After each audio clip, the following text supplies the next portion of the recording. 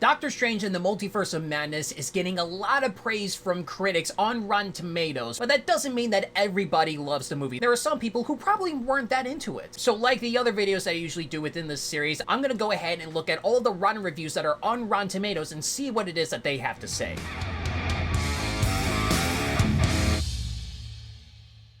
Here's how this video is going to work. Right now, I have not seen the movie yet, but I am going to go ahead and read all of the negative reviews that are shown on the website Rotten Tomatoes. And right after I finish reading those negative reviews, it'll cut to me who has seen the movie, and I will talk about whether or not I agree with what the critics are saying or I disagree with what they're saying. And also keep in mind, I probably won't be reading every single negative review that is on the website, mostly because some of the critics are usually saying the exact same thing over and over again, and if I continue to see the same reviews, I'm most likely going to say my exact same response that I say before, and I don't want to go ahead and continue repeating myself. Now, with that explanation out of the way, let's go ahead and get started talking about some negative reviews and see what those critics are actually saying. The characters are done a disservice, the potential of the multiverse is squandered, and even the finale proves anticlimactic. Our only solace is that in some faraway universe, Sam Raimi was given complete creative control to make a good film. Too often, Doctor Strange is muddled, sluggish, and ordinary. I was thrilled about the idea of a new Sam Raimi comic book movie, but Doctor Strange 2 suggests that these days, Marvel characters are the apes and directors are just the slurp juice. After the sheer joy of Spider-Man No Way Home, Marvel's Doctor Strange and the Multiverse of Madness feels like a second-rate carny ride. Every good magician knows that the real trick is making the audience care. For all of Doctor Strange and the Multiverse of Madness' mind-bending universe jumping, that particular magic never manages to arrive in the theater. The Multiverse of Madness is a frustrating mix of electric elements that at times feels more like Sam Raimi referencing his Evil Dead movies than his previous superhero work. So I just got back from seeing Doctor Strange and the Multiverse of Madness, and sorry guys, I kind of agree with what some of the negative reviews are saying. I don't know if it's just me reading these negative reviews beforehand, but to be honest, I'm seeing a lot more disappointing movies this year and within the MCU than I have within a while. Now, I don't know if my opinion would have changed if I hadn't read these negative reviews, because I still think that there are some good things in here. I still like seeing some of the characters again, like Doctor Strange and WandaVision, although I don't necessarily like the way the movie treated these characters because they felt more like caricatures with just one singular kind of story, which doesn't really advance any kind of character growth and doesn't really feel like it matters for the future of the MCU. And in terms of what the multiverse is like, it doesn't really put in much of a punch towards the imagination of what you can create with alternate universes. And while yes, I do like the way that they look visually and the aesthetics in here are great, some of the action scenes are insanely fun to watch, and some of the horror elements that I saw in here are a lot different compared to all of the other MCU films that I've had, but again, all this is just spectacle. You still need a really good story in order for me to be engaged, and that's something that I really liked from the first Doctor Strange movie, and this one severely lacked that. Judging this movie as its own standalone film, it really could have been better. Unfortunately, the magic, excuse the pun, is missing, as Sam Raimi's curious misstep never has a feeling of urgency. A film that spins its wheels, leaning on prolonged, needless action sequences meant to distract us from its flimsy narrative. A summertime sequel that proves way too messy and geeky until it manages to double back around again into pleasurable absurdity. The blockbuster movie equivalent to reading a trade paperback collection of single-issue comics where a beloved star artist is repeatedly replaced by a lackluster fill-in dragging in the rest of the work down.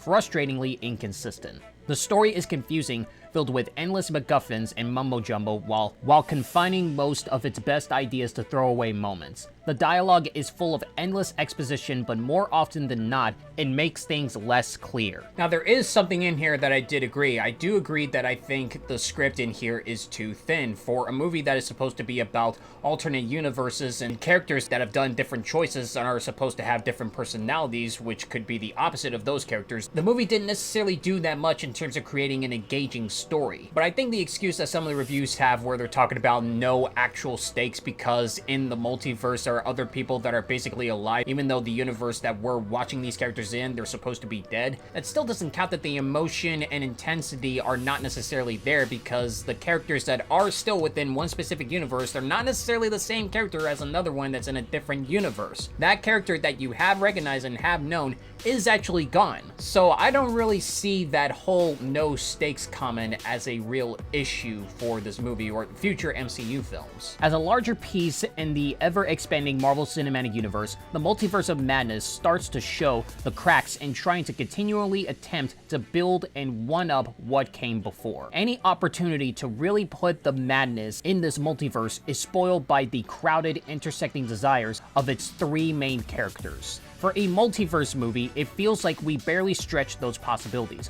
Overall, it's a rushed mess that doesn't grasp the importance of its characters and moments. For this one, you're going to need an Ouija board, a witch doctor, a semester's worth of Disney Plus homework, and either a giant Ambien or the PASIV machine from Inception to join the dream party. And once again, I do agree. I feel like that there is a severe lack with imagination that is in this film. It's not like they haven't done anything. Again, a really good director, Sam Raimi, has definitely pushed some amount of boundaries on how to create a very entertaining movie. But just because it's changing up the attitude a little bit and adding in some horror elements, it doesn't mean those two differences comparing to other Marvel films, it doesn't mean that this film is supposed to be really good. What you still need to do is, one, add some amount of significance that makes this film important to create, which I don't feel like this movie has done, and the other thing that you need to do is to make sense of the timeline and how all of the alternate universes colliding together makes sense. And the movie doesn't really handle that explanation very well. It just makes things even more confusing and just brings in more questions. With all of the infinite possibilities of a multiverse, this episode explores very few, dwelling on a couple of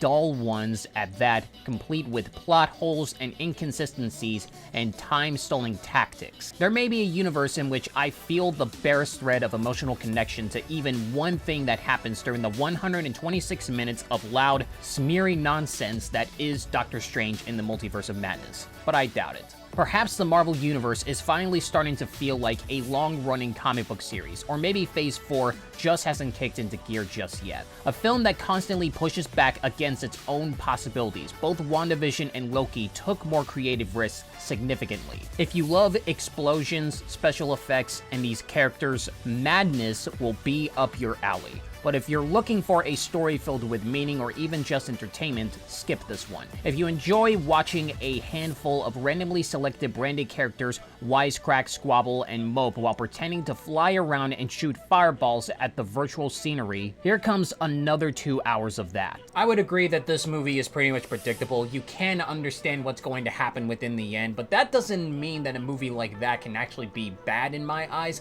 Sometimes a movie would need certain things to happen for characters because it would actually work for their story arc and it would make sense for that to happen. But what really does bother me about the predictability, though, is that it's taking in stories that are from past Marvel content and doing stories that we are familiar with within the past and putting them in here and just repeating the same situations that we've been in. And because they're repeating those exact same situations, you know what's going to happen within the end, so everything that's just happening in the middle just feels meaningless. With Doctor Strange in the Multiverse of Madness, the soul-deadening bloat of these films becomes ever clearer, mostly because you can see a great inventive filmmaker trying and failing to style his way out of it. Waving his arms in front of his face as if directing the world's tiniest traffic, Cumberbatch can't quite shake the impression of an old-school conjurer in a tacky end-of-the-pure review. In terms of Raimi's back catalog, it's more Spider-Man 3 than The Evil Dead. The Marvel Cinematic Universe has officially jumped the shark.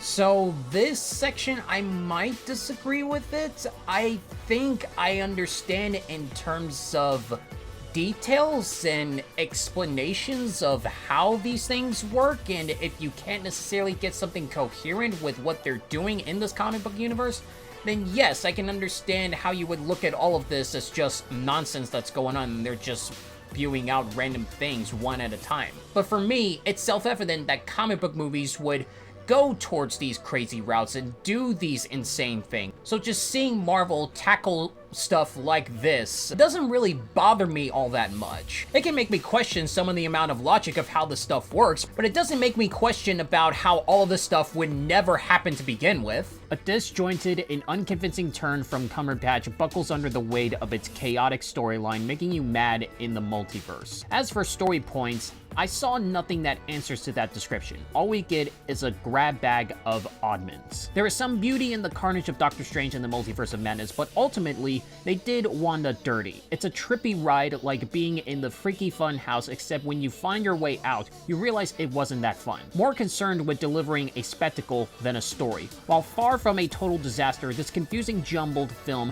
manages to suck most of the fun right out of one of Marvel's most interesting characters. It's just not as strange as the first one. Despite some great parts, it's what I was afraid No Way Home would be. A middle piece in the MCU packed with meaningless cameos and stuffed with story threads that don't really service the film.